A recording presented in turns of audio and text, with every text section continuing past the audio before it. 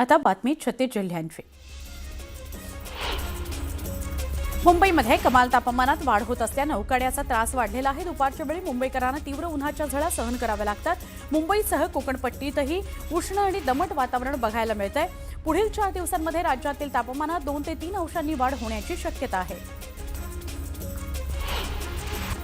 राज्यातील धरणांमध्ये यंदा मुबलक पाणीसाठा आहे। मोठ्या, मध्यम आणि लघु प्रकल्पांमध्ये मिळून 47.72% पाणीसाठा आहे। तर यंदा भारतीय हवामान विभागाने अल निनोमुळे कमी पावसाचा अंदाज वर्तवलाय। त्यामुळे जलसाठा मुबलक असला तरीही जलसंपदा विभागाने ऑगस्ट अखेर पाण्याचं नियोजन केलेलं आहे। धरणांमधील उपलब्ध पाणीसाठ्याचा अपव्यय टाळून काटकसरीने नियोजनपूर्वक पाणी वापरण्यात यावं अशी माहिती जलसंपदा मंत्री राधाकृष्ण विखे पाटील यांनी दिलेली आहे। 11वी केंद्रीय ऑनलाईन प्रवेश प्रक्रियेकरता विद्यार्थ्यांनी नोंदणीला सुरुवात केलेली आहे।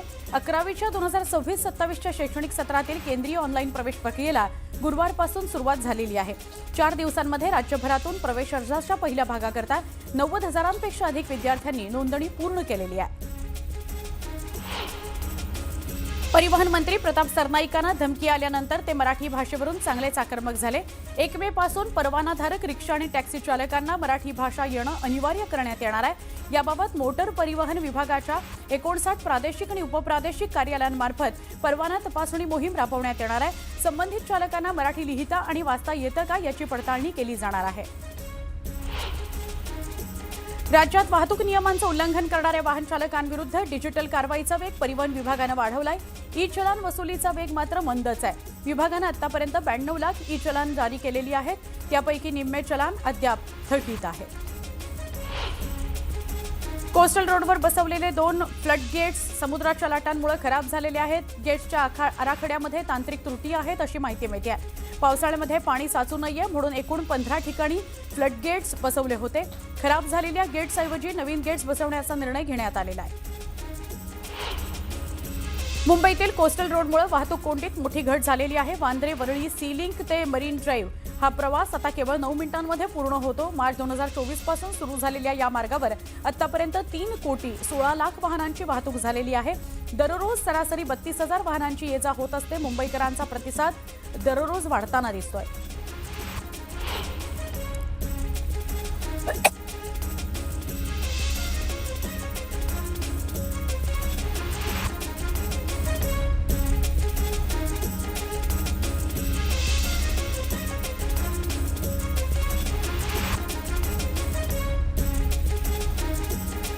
बातमी आहे हापूस आंब्यांची। हापूस आंब्याचा मुख्य हंगाम सुरू होताच वाशी बाजारात आंब्याची आवक वाढू लागली।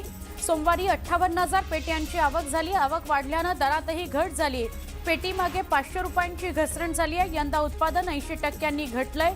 सुरुवातीला दर चढे होते। सध्या 2 डझन हापूस 1,500 ते 3,500 रुपयांपर्यंत विकला जातोय। मध्य वैतरणा प्रकल्पाअंतर्गत जलविद्युत व तरंगता सौर ऊर्जा प्रकल्प राबवण्याचा निर्णय घेण्यात आलाय। सुरुवातीचा 10 कोटींचा खर्च वाढून आता थेट 22 कोटींवर गेलाय। खर्च वाढीचा प्रस्ताव स्थायी समितीच्या मंजुरीकरता सादर करण्यात आलेला आहे। गारगाई धरण प्रकल्पाकरता स्थायी समिती आणि सभागृहाची मंजुरी मिळालेली आहे। या प्रकल्पातील तांत्रिक अडचणी टाळण्याकरता 8 तज्ज्ञांची नियुक्ती करण्यात येणार आहे। स्पेन, जपान, नेदरलँड्स, इटलीच्या कंपन्यांचा प्रतिसाद दिसतो आहे। तर भारतीय कंपन्याही स्पर्धेत असणार आहेत। धरण डिझाईन, झाडांचं पुनर्रोपण आणि सुरक्षेसाठी तज्ज्ञांची मदतही घेण्यात येणार आहे। संभाजीनगरमध्ये रस्त्यावर उभ्या कारनं अचानक पेट घेतला। एकच खळबळ उडाली। अग्निशमन दलाने वेळीच धाव घेतली। आग नियंत्रणात आणली पण कार पूर्णतः जळून खाक झाली होती। नंबर प्लेट नसल्याने पोलिसांनी तपास सुरू केलाय। आगीचं कारण अस्पष्ट आहे। कराड तालुक्यातील ऐतिहासिक वसंतगड किल्ल्यावर श्री चंद्रसेन देवाची यात्रा मोठ्या उत्साहात पार पडली। तळबीड आणि वसंतगड गावांचं ग्रामदैवत असलेल्या देवाच्या यात्रेत गुलाल खोबऱ्याची उधळण करण्यात आली। सातारा आणि सांगलीतील अनेक गावांच्या मानाच्या सासनकाठ्या नाचवण्यात आला। यात्रेकरता हजारो भाविकांनी गर्दी केली होती। धारावी पुनर्विकास प्रकल्पाअंतर्गत माटुंगा रेल्वे परिसरातील रहिवाशांना स्थलांतराचं आवाहन करण्यात आलंय। पुनर्वसन इमारतींच्या कामाकरता गणेशनगर, मेघवाडी आणि आसपासच्या भागातील घरे रिकामी करण्याच्या सूचना देण्यात आलेल्या आहेत। रहिवाशांकरता सहाय्य केंद्रही सुरू करण्यात आलेलं आहे। कागदपत्र आणि भाडं धोरणाबाबत मार्गदर्शन दिलं जात आहे। लवकरच स्थलांतर केल्यास प्रकल्पाचं काम वेगानं होणार असल्यानं अधिकाऱ्यांनी याची माहिती दिली। नाट्यगृह भाडं वाढीच्या स्थगितीला मुंबई महापालिकेनं नकार दिलाय। नाट्यगृहाचं भाडं शुल्क 4,000 रुपयांपर्यंत वाढवण्यात आलेलं आहे। दरवर्षी 5% वाढ करण्यात येणार आहे। पुणे जिल्ह्यातील इंदापूर तालुक्यातील बाभुळगावमध्ये ग्रामदैवत वेताळ बाबा देवाची यात्रा मोठ्या उत्साहात संपन्न झाली। ढोल ताशा, हलगी अशा पारंपरिक वाद्यांच्या गजरात, फटाक्यांच्या आतषबाजीत हा उत्सव पार पडला। नेरळ घाटात बिबट्याचं दर्शन झालं। घाटातून खाली उतरत असताना एका मंदिराच्या परिसरात बिबट्या दिसला। यामुळे माथेरानमध्ये भीतीचं वातावरण आहे।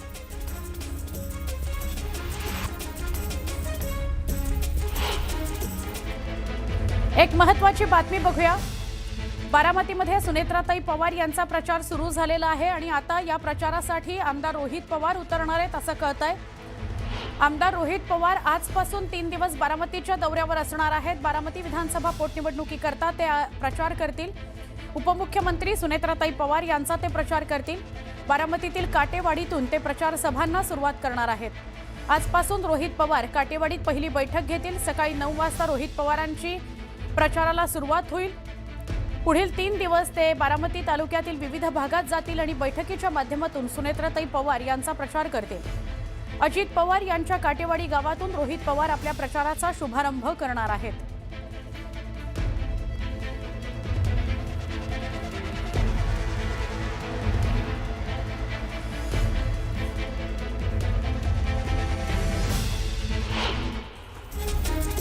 मुंबईमध्ये बांधकाम आणि पाडकामातील राडारोड्याचं प्रमाण वाढत असल्यानं कचरा व्यवस्थापनावर प्रश्नचिन्ह निर्माण झालंय। दररोज 8,000 मेट्रिक टन राडारोडा निर्माण होत असून त्याची बेकायदेशीर विल्हेवाट लावली जात असल्याचा आरोप करण्यात येतोय। यावर आमदार अमित साटम यांनी प्रशासनाकडे तातडीनं सुधारणा करण्याची मागणी केलेली आहे। जळगावातील जामनेर तालुक्यातल्या पळसखेडामध्ये एका मद्यपी तरुणानं भर रस्त्यावर काचेच्या बाटल्या फोडल्या। भर रस्त्यावर काचेच्या बाटल्या फोडल्यानं रस्त्यावरून ये-जा करणाऱ्यांकरता अडचण निर्माण झाली। मंत्री गिरीश महाजन यांनी तात्काळ याची दखल घेतली। रस्त्यावर काचेच्या बाटल्या फोडणाऱ्या माथेफिरू तरुणाला बोलवून रस्ता स्वच्छ करून घेतला। नागपूर महापालिकेमध्ये स्वीकृत नगरसेवकांचा सस्पेन्स अखेर संपलाय। भाजपच्या वरिष्ठ नेत्यांनी 6 जणांच्या नावावर शिक्कामोर्तब केलं। येत्या 20 एप्रिलला होणाऱ्या महापालिकेच्या सभेमध्ये ही प्रक्रिया पूर्ण होणार आहे। भाजपकडून संजय ठाकरे, जितू ठाकूर, सुबोध आचार्य, रितेश गावंडे, देवेंद्र मेहर, विनोद बघेल यांची नावं निश्चित झाल्याची माहिती आहे। राष्ट्रपती द्रौपदी मुर्मू 2 दिवसांच्या नागपूर दौऱ्यावर आहेत। आज सकाळी 11 वाजता एम्सच्या दीक्षांत समारंभाला त्या प्रमुख पाहुण्या म्हणून उपस्थित राहणार आहेत। तसंच संध्याकाळी राष्ट्रीय प्रत्यक्ष कर अकादमीतील कार्यक्रमालाही उपस्थिती लावणार आहेत। सेवाग्राम इथल्या गांधी आश्रमाला सुद्धा त्या भेट देणार आहेत। दिल्लीतील मालवा पोर्टलप्रमाणे मुंबईमध्ये डिजिटल ट्रॅकिंग प्रणाली लागू करण्याची मागणी करण्यात आली आहे। भाजपचे मुंबई अध्यक्ष अमित साटम यांनी महापौर ऋतू तावडे आणि आयुक्त अश्विनी भिडे यांना पत्र लिहिलेलं आहे आणि तशी मागणी केलेली आहे। यात प्रकल्प नोंदणी, कचऱ्याच्या हालचालींचा रिअल टाईम मागोवा आणि नागरिकांना तक्रार नोंदवण्याची सुविधा सुचवण्यात आलेली आहे।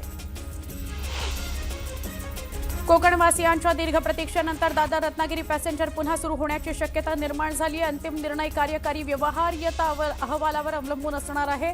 रेल्वे मंत्री अश्विनी वैष्णव यांनी या संदर्भात तपासणीचे आदेश दिलेले आहेत। याबाबतचं पत्र खासदार रवींद्र वायकर यांना पाठवलं गेलेलं आहे। पीसीआय आणि पांजरापूर जलशुद्धीकरण प्रकल्पाचा वीज पुरवठा खंडित झाल्यानं मुंबईमध्ये पाणी पुरवठ्यावर परिणाम झालेला आहे। पडघा उपकेंद्रातील बिघाडामुळे संध्याकाळी काही काळ प्रकल्प बंद होता। त्यामुळे शहरातील काही भागांमध्ये 25% पाणी कपात लागू करण्यात आलेली आहे।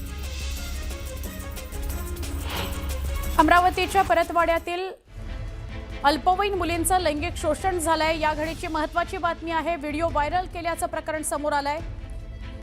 एकतर अमरावतीच्या परतवाड्यात अल्पवयीन मुलींचं लैंगिक शोषण करण्यात आलं आणि त्याचे व्हिडिओ काढून ते व्हायरल झालेले आहेत। या घटनेचे अमरावती जिल्ह्यात संतप्त पडसाद उमटतायत। या घटनेच्या निषेधार्थ अमरावती जिल्ह्यातील अचलपूल परतवाडा या शहरातील बाजारपेठ बंद ठेवली गेली। आज दिवसभर ही बंद राहणार आहे। सगळ्यांनी उत्स्फूर्त प्रतिसाद दिलाय या बंदला। सर्वपक्षीय आणि सामाजिक संघटनेकडून अचलपूर परतवाडा बंदचा निर्णय घेण्यात आलाय। या घटनेतील आरोपींविरोधात कठोरात कठोर कारवाई करा अशी मागणी होतीये।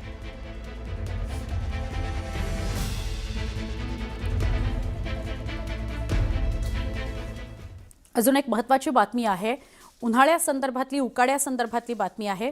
विदर्भ आणि दक्षिण मध्य महाराष्ट्रातील काही जिल्ह्यांना पुढचे 3 दिवस उष्णतेच्या लाटेचा सामना करावा लागणार आहे।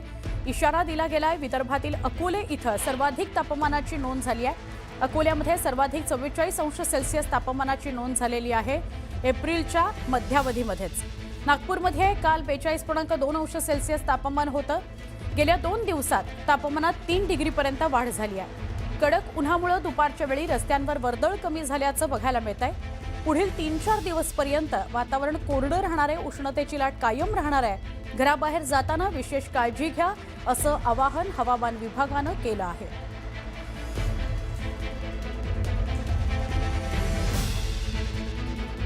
परत एकदा वेगवान स्वरूपातल्या बातम्या। जळगाव जिल्ह्यासह चाळीसगाव तालुक्यातील तापमानात वाढ झाली आहे। तापमानाचा पारा 41 अंशांवर गेलाय। वाढत्या उष्णतेमुळे नागरिक हैराण आहेत। उकाड्याचा परिणाम डांबरी रस्त्यांवरही दिसून येतोय। सोलापूरच्या तापमानाचा पारा 42.5 अंश सेल्सिअसवर गेला। उन्हामुळे रस्त्यांवर शुकशुकाट बघायला मिळाला। नागरिकांना काळजी घेण्याचं आवाहन करण्यात आलंय। संभाजीनगरमध्ये तापमानानं उच्चांक गाठला। हवामान विभागानं दिलेल्या अंदाजानुसार कमाल तापमानामध्ये वाढ झाली आहे। कमाल तापमानाचा पारा 41.2 अंश सेल्सिअस पर्यंत गेलाय। यंदाच्या उन्हाळ्यातील हे सर्वाधिक तापमान आहे। पुढील 4 दिवसांमध्ये तापमानात आणखी वाढ होण्याची शक्यता आहे। शहापुरामध्ये तापमानाचा पारा 43 अंशांवर गेलेला आहे। शहापूर तालुक्यामध्ये बाहेरून आलेल्या अनेक प्रोजेक्ट्समुळे मोठ्या प्रमाणात झालेल्या वृक्षतोडीमुळे तापमानात वाढ झाली।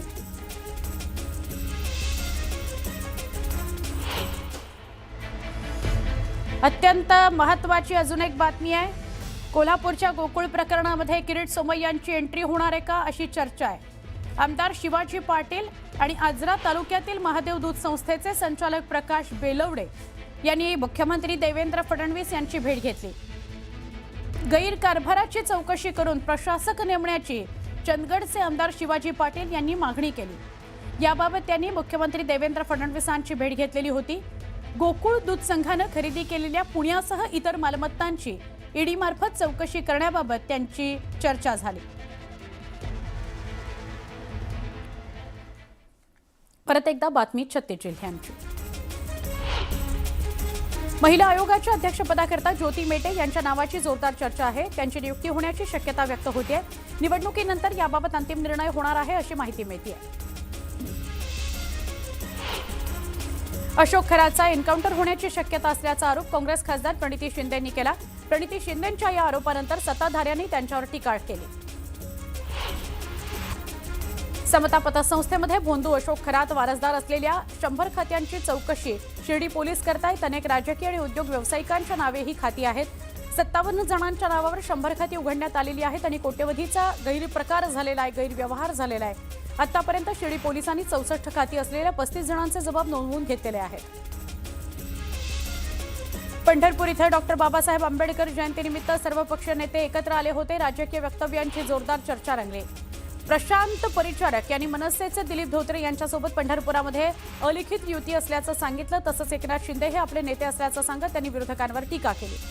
या वक्तव्यामुळे पंढरपुरातील राजकारणात चर्चांना उधाण आलंय। बीडच्या मसाजो ग्रामपंचायत पोटनिवडणुकीमध्ये सरपंच पदाकरता एकूण 5 अर्ज दाखल झालेले आहेत। अश्विनी देशमुखांविरोधात 4 उमेदवार निवडणुकीच्या रिंगणात आहेत। दरम्यान आता 15 तारखेला छाननी आणि 17 तारखेला माघारीनंतर निवडणूक बिनविरोध होते का नाही हे स्पष्ट होणार आहे। राज्यात डीन आणि सिव्हिल सर्जन यांच्यातील वाद थेट मुख्यमंत्र्यांकडे जाणार आहे अशी माहिती मंत्री हसन मुश्रीफ यांनी दिली। सांगली सिव्हिलमध्ये अस्वच्छता लपवण्याकरता पडदे लावल्याचा प्रकार उघड करत मुश्रीफ यांनी प्रशासनाला चांगलंच धारेवर धरलं। भंडाऱ्यातील कार्यक्रमामध्ये गृहराज्यमंत्र्यांच्या ताफ्यात एक अनोळखी युवक शिरल्याचा प्रकार समोर आला। मंत्रालयाचं आय कार्ड घालून तो थेट स्टेजवर पोहोचला। मात्र हे आय कार्ड बनावट असल्याचं उघड झाल्यावर पोलीस यंत्रणेवर प्रश्नचिन्ह निर्माण होत आहे। एक मोठी बातमी नेस्कोच्या कॉन्सर्ट संदर्भातली बातमी आहे। नेस्कोमध्ये झालेल्या 9x9 या कॉन्सर्टमध्ये नो कॅमेरा पॉलिसी लागू करण्यात आली होती अशी माहिती आता समोर येते. कॉन्सर्टसाठी झालेल्या प्रेक्षकांच्या मोबाईल कॅमेरावर स्टिकर लावण्यात आले होते, तर कॉन्सर्ट परिसरामध्ये फोन कॅमेरावर बंदी घालण्यात आलेली होती. या संदर्भात सूचना सोशल मीडिया प्लॅटफॉर्म्सवर देण्यात आल्या होत्या.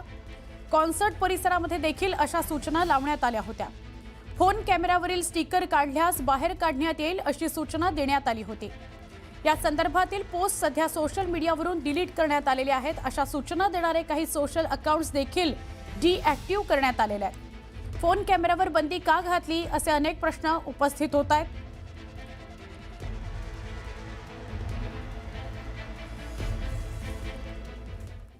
अजून एक बातमी आहे, ही त्याच नेस्कोमध्ये झालेल्या घटनेसंदर्भातली आहे. गोरेगावमधील नेस्कोमध्ये म्युझिक कॉन्सर्ट नंतर रात्री उशिरापर्यंत तरुणांचा नेस्कोमध्ये धांगडधिंगा सुरूच होता. याचा आणखी एक व्हिडिओ समोर आलेला आहे. अर्धनग्न अवस्थेमध्ये काही तरुण गोंधळ घालत होते. मोठ्या आवाजात त्यांनी गाणी लावलेली होती आणि ही गाणी लावून या तरुणांचा धिंगाणा सुरू होता असं बघायला मिळत आहे. कॉलेज गोईंग तरुण तरुणी आहेत. साधारणपणे 3-4 हजार तरुण तरुणी या कॉन्सर्टला आलेले होते. या कॉन्सर्टचं चित्रीकरण होऊ नये असा जरी उद्देश असला तरी तिथे फोन कॅमेरे, व्हिडिओ कॅमेरे, मोबाईल सगळे शूटिंगसाठी, इमेजेससाठी पूर्णपणे बॅन करण्यात आलेले होते.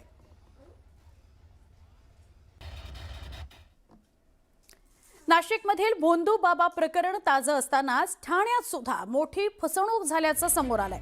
मंजुनाथ उर्फ दीक्षित बाबा यानं काळ्या जादूच्या नावाखाली एका कुटुंबाकडून तब्बल 2,50,00,000 रुपये उकळले. विश्वास संपादन करून अघोरी विधीच्या बहाण्यानं ही फसवणूक करण्यात आली. या दीक्षित बाबाच्या बलात्कार, फसवणूक आणि विनयभंगा संदर्भात गुन्हे नोंद झालेले आहेत. ठाणे पोलिसांनी त्याचा माग काढत त्याच्या मुसक्या आवळल्या.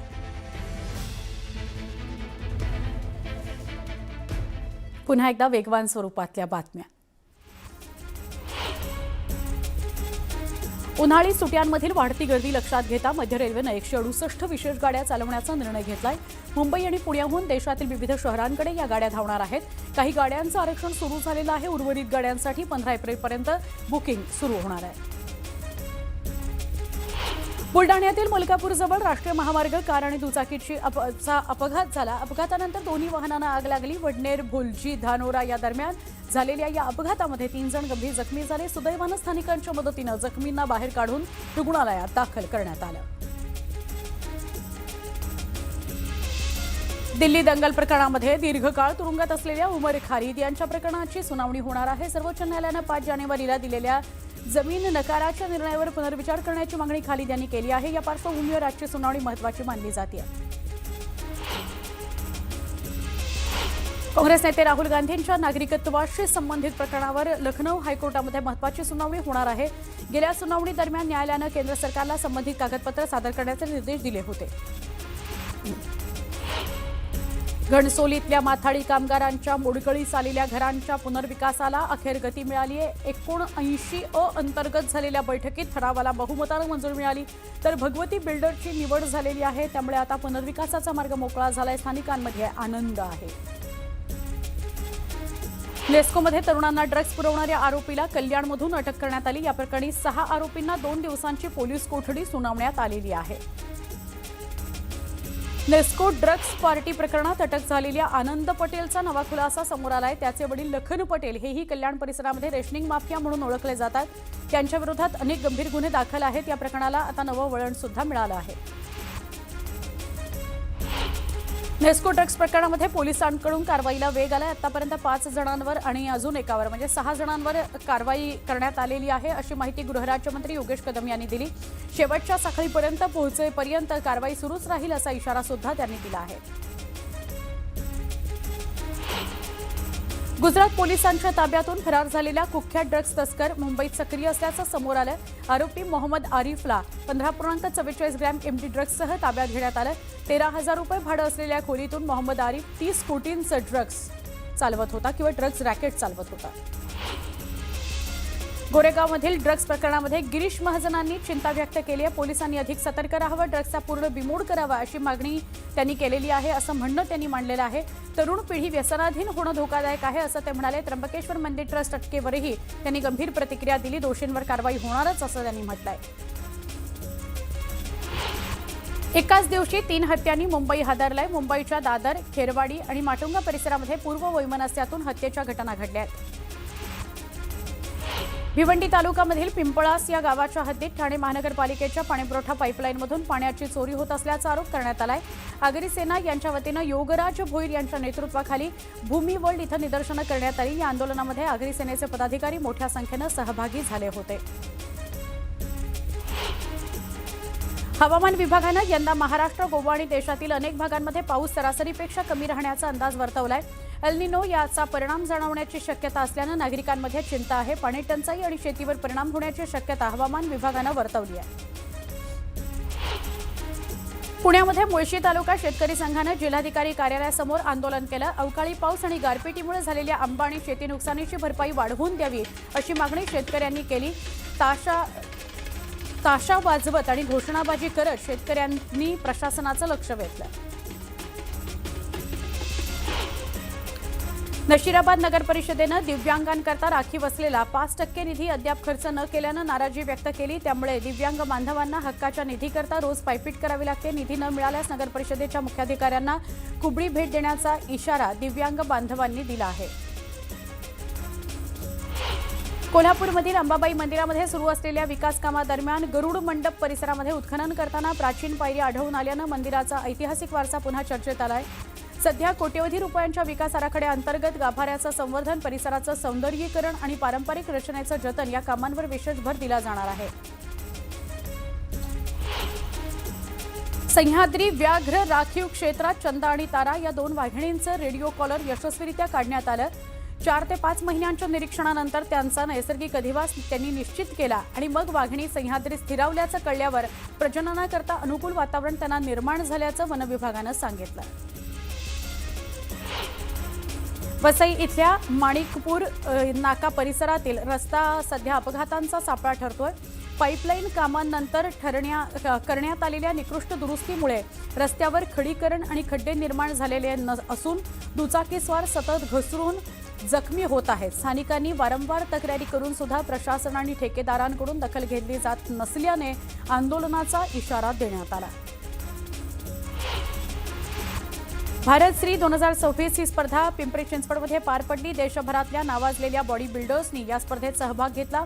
मुंबईचा हरमीत सिंग हा यंदाचा किताब विजेता ठरला. सोबतच मुंबईच्या मनोज बोचरे यांनी 40 वर्षांवरील खेळाडूंकरता असलेल्या मास्टर्स स्पर्धेत रौप्य पदक पटकावलं.